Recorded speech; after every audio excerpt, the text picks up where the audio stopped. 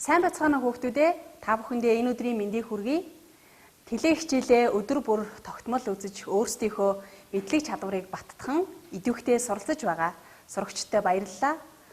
За бид бүхэн учир шалтгааныг тайлбарлаж сурцгаая гэсэн хичээлийг 3 цуврал хичээлээр бэлтгэн хүргэж байгаа.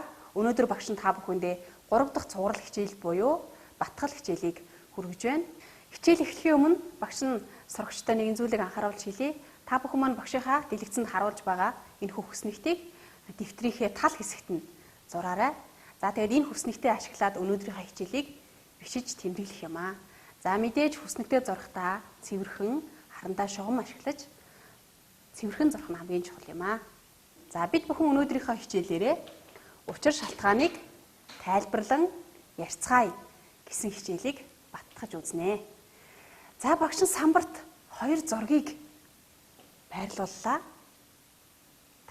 За ялгаатай болон төсөөтэй талыг бүгдээрээ ажиглаад ярилцгаая. За энэ зургийг харъя. Энд амьтад харагдаж байна тийм ээ. За улирлыг нь ажиглаж хараарай. Орчин нь ямар байна вэ? За энэхүү зургийг харъя. За мөн ямар амьтад байна? Ямар улирал байна? За бүгдээрээ эхлээд ялгаатай зүйлсийг нь ажиглаж харцгаая. За энд бол цас ихтэй байгаа бол энэ зурган дээр цас хайлсан байна тийм ээ. Цас багтаа харагдаж байна. За тэгвэл эдгээр амьтад маань бүгдээрээ унтаж байна. Харин энэ зурган дээр сэрсэн байна. За өөр ямар ялгаа байна вэ? Ажиглаарай. Энэ цэцгийг ажиглаж хараарай. Хүүтэн цастай өвлийн улирал байгаа учраас цэцэг хатсан байна тийм ээ. Харин энд цас хайлж байгаа учраас цэцэг ургаж мод нахиалсан байна. За сурагчид маань багштайгаа адилхан эдгээр ялгааг олж харсан бахаа гэж багш нь бодож байна. За багш нь үгээр илэрхийлж энд ялгааг нь байрлуулъя. За энд бол цас ихтэй байна. Харин энд цас багтаа цэцэг хатсан байна. Харин энэ зурган дээр нахиалсан мод мөн ургасан цэцэг харагдаж байна. За эдгээр ялгааг бид бүхэн ажиглаж харлаа. Тэгвэл төстэй зүйл юу байна вэ? Энэ 2 зурганд ижлэхэн адилхан зүйлс юу байна вэ? Ажиглаж хараарай. За энэ зурган дээр байсан амьтад маань бүгдээрээ энэ зурган дээр харагдаж байна тийм ээ. Хэрэм, баавгай. За эдгээр амьтад маань бүгдээрээ байна. Тэгвэл амьтад нь цөмөөрөө байгаа учраас 2 зураг маань хоорондоо төстэй байна. За мөн байршлын хувьд ижил байна. Мод энэ мод ингээд харьцуулаад харах юм бол байршил нь яг хിവэрэ байна. За тэгвэл багш нь өнөөдөр та бүхэндээ эдгээр амьтдад тохиолдсон хөгжилтэй адал явдалтай гой өдөр гэсэн эхийг сонгож авч бүгдээрээ хамтдаа утгыг нь ойлгож учир шалтгааныг тайлбарлах аргад суралцах хичээлээ орцгоё. За ингээд сурах хичээлийн 88 дугаар хуудсыг нээгээрээ багш нь та бүхэндээ эхийг уншиж өгье. Багшигаа дагаад хамтдаа уншаарай. За эхээ уншихдаа танил бус үгийг дугуйлаарай. За мөн бааtruуд юу хийснийг доогуур нь зурж тэмдэглээрэй. За ингээд багш нь эхийг уншиж өгье. Гой өдөр цас лавсан орсоор хулган хүндээ унтна. Баавга хичээндээ нойрсон. Эмгэн хумс ясан гэртээ нойрсон. Хэрэм модны хонгилд унтна. Тарваг газар доорх гэртээ унтна. Тэгтэл хулганууд нүдэнийн ямар нэгэн зүйл өнөрлөв. Баавгаанууд ч бас тэр үнэрийг мэдрэв. Бяцхан эмгэн хумснууд ч үнэртэж эхлэв. Модны хэрэмнүүд бас шиншилж гарлаа. Тарвануудч нүхнээсээ цохын ямар нэгэн зүйлийн үнэр ав. Үнэр гарсан зүг рүү хулганууд гүйлтлээ. Баавгаанууд ч тэр зүг рүү хурдлаа. Эмгэн хумснууд ч ясан гэртээгээ гүйлдлээ. Хэрэмнүүд ч бас хонглоор дүүлэн гарлаа. Тарванууд ч нөхөн гэрээсээ гарч гүйлдлээ. Үнэрлээд л байлаа, гүйлдээд л байлаа. Гүйлдээд л байлаа, үнэрлээд л байлаа. Тэгж байснаа гинт зогслоо. Зогсоод инээлдэв. Инээлдээд бүжиглэв. Тэгээд цөмөөрөө тэгнээ тэр цасан доороос цэцэг ургажээ хэмээн хашгиралдав. За сурагчид маань их уншаад ямар амьтад ямар үйл хийсэн бэ? За хийсэн юу хийснийг тэмдэглээрэй гэж багш нь хэлсэн тийм ээ. За энэхүү ихэд танил бус утгыг мэдэхгүй ямар үг байсан бэ? За багш нь 3 үгийг тайлбарлаж бичсэн байгаа. За бүгдээрээ харъя. Цас лавсан орсоор гэж их маань эхэлсэн тийм ээ. Тэгвэл лавсан орох гэсэн үгийг багш нь тайлбарлалаа. За бүгдээрээ харъя. Лавсан орох гэдэг маань цас ихээр үргэлжлүүлэн орох гэсэн утгатай байна. За мөн модны хонгил гэсэн үгийг багш нь тайлбарлалаа. Модны давчуу хөндөй зайг хэлдэг байна. За мөн баавгаан ичээ гэж юу юм болоо? Тэгвэл өвлийн улиралд баавга унтаж өнгөрөөдөг тэр нүхийг баавгаан ичээ гэж нэрлэдэг байна. За сурагчид маань өөрсдийнхөө мэдэхгүй байгаа үгийг ойлгож авснараа ихийнхээ утга санааг ойлгоход дөхөн болох юм аа. За одоо бүгдээрээ ихээ давтан уншилтын аргаар ямар үйл явдал болсныг цогцлбор тус бүрээр нь утгыг нь ойлгож, учир шалтгааныг олж тайлбарлан ярьцгаая. Энэ ихэд ямар амьтад гарсан бэ? За нэрлээрээ багштайгаа хамт эхлээд хулган. За өөр ямар амьтан гарлаа? Баавга гарсан шүү дээ. За мөн эмгэн хумс.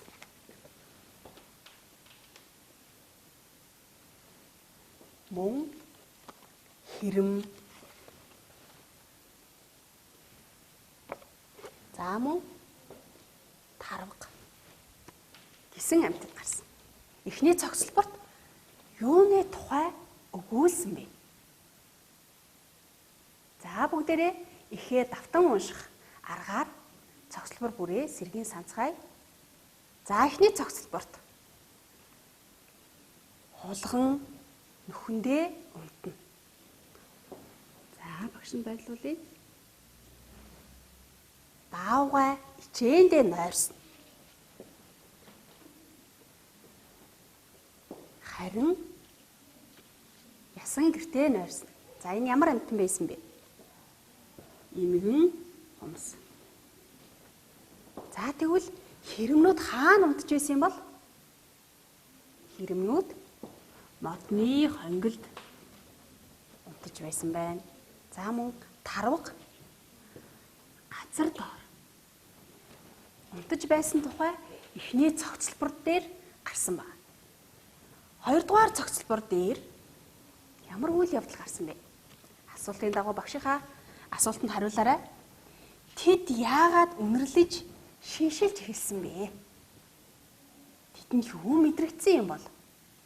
За энэ асуултын дагуу бүгдээрээ дахин 2 дугаар цогцлборыг уншийе.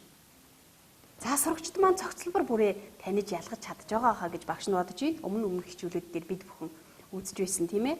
За цогцлбор бол доголм өрөөр илэрхийлэгдэж гарсан байдаг.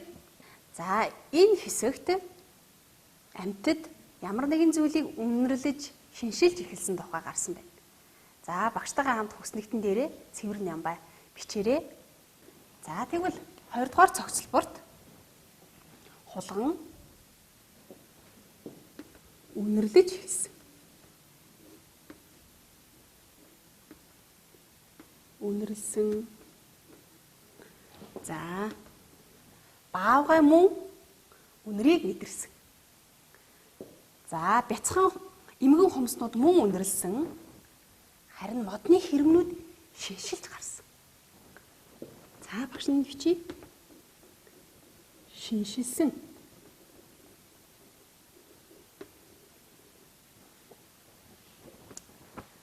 Харин хэрэмнүүд шиншилсэн. Таргунууд мөн үнэрлсэн. За тэгэхээр эдгээр 5 амьтдаас 2 дугаар цогцлбор дээр 4 амьтныг үнэрлсэн гэсэн үйл хийсэн биш. Тэгэхээр хэрмийг шиншилсэн гэж бичсэн байна. Яагаад шиншилсэн гэсэн юм бол? Шинжлэх гэдэг маань юу гэсэн утгатай үг юм бол гэж сурагчид маань эргэлзэж үйж магадгүй юм тийм ээ. За шинжлэх гэдэг маань байн хурдан үнэрлэх гэсэн утгатай. За энэ үнэрлэх гэсэн үгтэй ойролцоо утгатай үг байна. Хүснэгтэндээ бичиж тэмдэглээд аваарай. За энэ бол 2 дугаар цогцлбор дээр эдгээр амьтдын хийсэн үйл байна. За тэгвэл бүгдээрээ яагаад эдгээр үйлүүдийг хийсэн бэ? Ямар учраас? Ямар шалтгаанаар эдгээр үйлүүдийг хийсэн бэ гэсэн асуултын дагуу эргцүүлж бодол ярилцъя. За тэгвэл тэд үнэрлэж эхэлсэн нь ямар нэгэн учир шалтгаантай байна. Тэгвэл тэдэнд юу мэдрэгдсэн юм бол? За энэ хэсгийн хариулт маань эхийн төгсгөл хэсэгтэр бичигдсэн байсан тийм ээ. За тэгвэл одоо бүгдээрээ 3 дугаар цогцлбор дээр юуны тухай гарсныг мөн давтан уншиж ойлгоё. 3 дугаар цогцлборын амьтдын хийсэн үйлийг багш нь самбарт байрлуулъя. За тэд үнэрлэж эхлээд мөн гүйлдэж эхэлсэн гэсэн тийм ээ. За хулганууд гүйлдэж эхэлсэн. За мөн баавгаанууд мөн тэр зүг рүү хурдалсан. Эмгэн хумснууд мөн гүйлдэж эхэлсэн баг. За харин хэрэм тэр зүг рүү дүүлэн гарлаа. За тэгвэл эдгээр үгийг бүгдээрээ мөн харьцуулж харъя. За бид бүхэн сая ойролцоо утгатай үгийн тухай ярилцсан тийм ээ. Тэгэхээр энд мөн гүйх, хурдлах, дүүлэх гэсэн ойролцоо утгатай үгс гарсан байна. За тэгвэл яагаад заавал хэрмийг дүүлэн гарлаа гэж бичсэн юм бол? Дүүлэх гэдэг маань модонд авирч, өсөрч явахыг дүүлэх гэж хэлдэг байна. Тэгэхээр хэрэм гэдэг амьтан маань модноос мод руу өсөрч явдаг, самар иддэг ийм амьтан шүү дээ. За тэгэхээр энэ хүүгээр илэрхийлж гаргасан байна. За тэд гүйлдэж байснаа тэнд зогссон тухай гарсан. За зогсоод тэд инээлдэв. Зогсоод инээлдэв.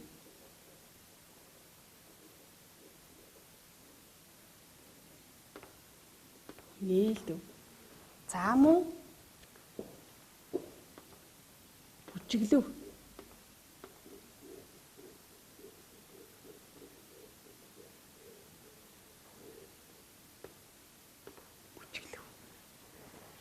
За энэ цогцлборыг утгыг дахин бүгдээрээ ярилцъя. За 2 дугаар цогцлбор дээр үнэрлж эхэлсэн. Шиншилж эхэлсэн. Тэгж байснаа тэд гүйлдсэн байна. За гүйлдэж байснаа инээлдээд бүжгэлсэн. Ямар учраас ингэсэн юм бол? Хүүхдүүд та нар юу гэж бодож байна вэ? За энэ тухай гэр бүлийн гишүүдтэйгээ ярилцаад хамтран суралцаарай гэж багш нь та бүхэндээ зөвлөж байна. За 4 дугаар цогцлборыг давтан уншийе. Тэгээд цөмөөрөө чангаар тэгнээ тэр цасан доороос цэцэг ургажээ хэмээн хашгиралдав. За ингээд бүгдээрээ энэхүү ихээ 4 цогцлборт нь хувааж хийсэн үйлүүдийг нь хүснэгт байдлаар илэрхийлж гаргалаа. За сурагчид маань багшаагаа дагаад яг энэ хүснэгтийн дагуу дэвтэрдээ бичиж тэмдэглэсэн байхаа гэж бодож байна. За одоо бүгдээрээ учир шалтгааныг тайлбарлан ярилцгаая. За эдгээр амьтад эхлээд унтаж байсан. За тэгвэл дараа нь тэд ямарваа нэгэн зүйлийг үнэрлэж шиншилж эхэлсэн. Дараа нь ийш тийшээ гүйлдэж эхэлсэн. Тэгвэл хамгийн төгсгөлд нь ямар үйл явдал болсон бэ? Эхний цогцлбороос 4-р цогцлбор буюу төгсгөлийн цогцлбор хүртэл ямар үйл явдал болж хэрхэн өөрчлөгдсөн бэ гэдгийг бүгдээрээ харъя тийм ээ. За тэгвэл унтаж байсан амьтад маань бүгдээрээ сэрээд, инээлдэж, бүжиглэж, за бүр цэцэг ургасан байна хэмээн хашгиралцсан. Тэгвэл бид бүхэн хавар болж орин дулаан цаг ирэхээр хүн бүр бас магнаа тэнэж баярлдаг. Яг үүнтэй адилхан амьтад маань орин дулаан цаг болохоор ичээнээсээ гардаг байна. Тэгэхээр энэхүү үйл явдлыг энэ гой өдөр гэсэн ихээр илэрхийлж гаргасан байна. Тэгвэл амьтад баярлсны учир шалтгаан нь юу юм болоо хүүхдүүд ээ? Та нар юу гэж бодож байна бэ? За, багшийнхаа асуултанд хариулаарай. За, тэд бол ичээнээсээ гарч байгаадаа маш их баярлсан баг. За тэгвэл хавар болсон учраас баярлсан уу? Эсвэл цэцэг ургасан учраас тэд баярлсан уу? Танд юу гэж бодож байна? За тэгвэл тэд юу үнэрлсэн бэ? Үнэхээр нөгөө анхлын үнэртэй хавар хамгийн эрт ургадаг яргуй цэцэг сайхан үнэрсэн учраас тэд үнэрлэж шиншилж эхэлсэн байх нь шүү дээ. За тэгвэл багш нь энэхүү эхийг 4 цогцлбороор нь хүснэгт байрлуулсан байна. Тэгвэл 1-р цогцлбороос ямар утга санаа илэрч гарч байна? Түүнээс шалтгаалаад дараагийн цогцлборын утга санаа гардаг байна. Тэгэхээр цогцлбор бүрийн утга санааг сайтар ойлгож байж эхээ бүрэн гүйцэд утгыг нь ойлгож учир шалтгааныг ойлгодог байх нэ. Бид их уншихдаа яагаад ингэсэн юм бол? Ямар учраас ийм юм болсон юм бол гэдэг асуултыг байнга өөртөө тавьж тэр асуултанд хариулт авахын тулд ихээ ойлгож унших нь хамгийн чухал юм аа. Бид бүхэн өнөөдрийн хичээлээрээ гой өдөр гэсэн эхийн үйл явдлыг ойлгож, эхийн утгыг ойлгон, за мөн учир шалтгааныг тайлбарлаж ярилцлаа. Тэгэхээр өнөөдрийн үтсэн хичээлээ та бүхэн маань баттгаад багшийнхаа дэлгэцэнд харуулж байгаа энэхүү асуултанд хариулж бичээрэй гэж би даан хөгжих цагаараа хийгэрэй гэж зөвлөж байна. За яагаад гой өдөр гэж нэрлсэн юм бол 2-3 өгүүлбэрэнд багтааж өөрийнхөө үзэл бодлороо бичээрэй. За ингээд өнөөдрийнхөө хичээлд идэвхтэй оролцсон хүүхдүүдтэй баярлалаа. Багш нь хичээлийн төгсөлд та бүхэндээ зөвлөмжийг хүргэе. Хүүхдүүд та бүхэн хөл хороо тогтоосон байгаа, хичээлэхгүй байгаа энэ үед за тэлээ хичээлээ үзээд бусад чөлөө цагаа хэрхэн өнгөрүүлж байгаа вэ? Ном хэрхэн уншиж байгаа вэ? Гэсэн асуултыг өөрсдөөсөө бас асуугаарай. Тэгэхээр ном унших гэдэг үйл маань хамгийн чухал юм. Ном уншсанараа бид бүхэн өөрсдийнхөө сурах чадварыг дэмжиж, ном уншсанараа маш олон зүйлийг суралцаж байдаг. Тэгвэл багш нь хүүхдүүдээ өөрсдийгөө ном унших хандлага, үнэлэх өөрийн үнэлгээний хуудсыг дэлгэцэнд харуулж байна. За та бүхэн энэхүү хүснэгтийн дагуу уншаад өөрсдийгөө үнэлэх юм аа. За багш нь эхний асуултыг уншийе. Унших хандлага үнэлэх өөрийн үнэлгээний хуудас. За та бүхэн энэхүү хүснэгтийн дагуу өөрсдийгөө үнэлэх юм. За эхний асуулт би ном унших дуртай. За тэгвэл ихэвчлэн уншдаг уу, заримдаа уншдаг уу, ихэнхдээ үгүй юу гэсэн хариултаас сонгох нэ. За чөлөө цагаараа уншихыг илүүд үздэг үү? Би өдөр бүр хамгийн багадаа 1 цагийг уншихад зарцуулдаг. Би уран зохиолын болон бусад олон төрлийн ном уншдаг. За хэрвээ ихэвчлэн уншдаг бол ихэвчлэн гэсэн хэсэгт өөрийнхөө үнэлгээг хийх нэ. За би уншсан зүйлийнхээ талаар бусад хүмүүстэй ярилцдаг.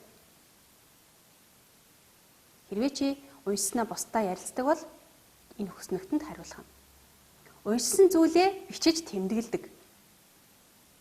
Би өөрийгөө сайн уншигч гэж боддог. За та бүхэн уншихтай холбоотой энэ сарынхаа зорилтыг энэ хэсэгт нь бичээрэй.